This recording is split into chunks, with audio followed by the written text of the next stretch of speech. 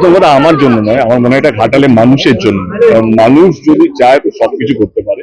তো ঘাটাল লোকসভা কেন্দ্রের মানুষের জন্য ঘাটাল মাস্টার প্ল্যানটা হচ্ছে, এবং তারপর যদি আমি কাউকে ধন্যবাদ জানাই, মমতা ব্যানার্জি এবং অভিষেক ব্যানার্জি তার দায়িত্বটা নিয়েছিলেন।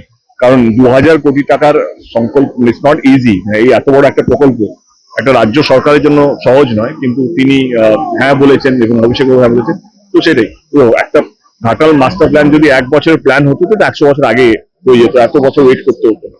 তার মনে হয় কি একটা টাইম লাগবে, প্রসেস আছে। তোমরা সবাই যেন একটা ল্যান্ড অ্যাকোয়ার করার একটা ব্যাপার আছে, ল্যান্ড অনেকটা ল্যান্ড, তখন সেটা নিয়ে একটা আন্দোলন শুরু হয়েছিল, সেটা নিয়ে আবার প্ল্যান চেঞ্জ করা হয়েছে। আমার নতুন যাতে ল্যান্ড কম লাগে এবং যে জমিগুলো যেগুলো শিফট করতে হবে, যেখানে অনেকগুলো বাজার আছে, সেই প্রসেসটার মধ্যেও আছে। কিন্তু এটুকু মানুষ জানে কি ঘাটাল মাস্টার প্ল্যানের কাজটা অনেকটা শুরু হয়ে গেছে, ল্যান্ড মার্কিং শুরু হয়ে গেছে, ল্যান্ড অ্যাকুইজিশন ল্যান্ড অ্যাকোয়ার করার কাজ শুরু হবে।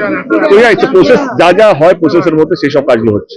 দাঁড়াও আমার মনে হয় ঘাটাল মাস্টার প্ল্যানটা সবচেয়ে বেশি দাবি ছিল মানুষের, সেটা সবে শুরু হয়েছে কাজটা।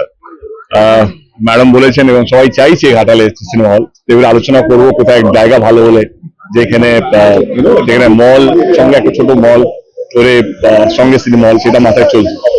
এটা তো সৌভাগ্যের ব্যাপার। একটু আগে বলছিলাম ওনাকে, আপনি ঠিকঠাক লোকের জন্য বানাচ্ছেন তো। তিনি বললেন হ্যাঁ, মানে এটাই পোস্টাল সার্ভিসকে, ইন্ডিয়ান পোস্টাল সার্ভিসকে ধন্যবাদ, এবং যারা দিল্লি থেকে ডিসাইড করেছে যে আমার নামে ডাক টিকিটটা হবে, তাদেরকেও ধন্যবাদ। তো ভালো, তো মানে এই ভালোবাসা তো চাই। এইটা তোমরা কি চাও না?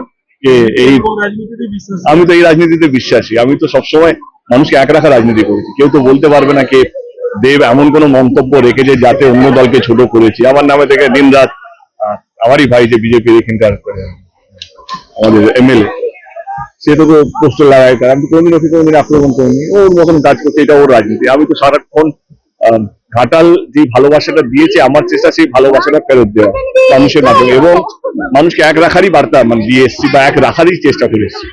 যে মেরেছে, যে আক্রমণ করেছে, তাদেরকে জেলে পুরো আই হ্যাভ নো আইডিয়া। আমার মনে হয় আমার দলের স্পোর্টস পার্সন যিনি আছেন তারা বলতে পারবেন। আমি এটুকু বলবো, যারা সিনিয়র সিটিজেন, আমার কাছে অনেক ফোন আসছে, হাঁটুর ব্যথা, একা থাকে, 50 বছর ধরে একটা বাড়িতে, তাদের ভয়কে কোথায় যাবে, কোথায় কি করবে। আমার যারা সিনিয়র সিটিজেন 70-75+, তাদের বাড়িতে রিপ্রেজেন্টেটিভ পাঠিয়ে যদি তাদের এসআইআরটা ক্লিয়ার করা হয়, তাহলে আমার মনে হয় সহজ।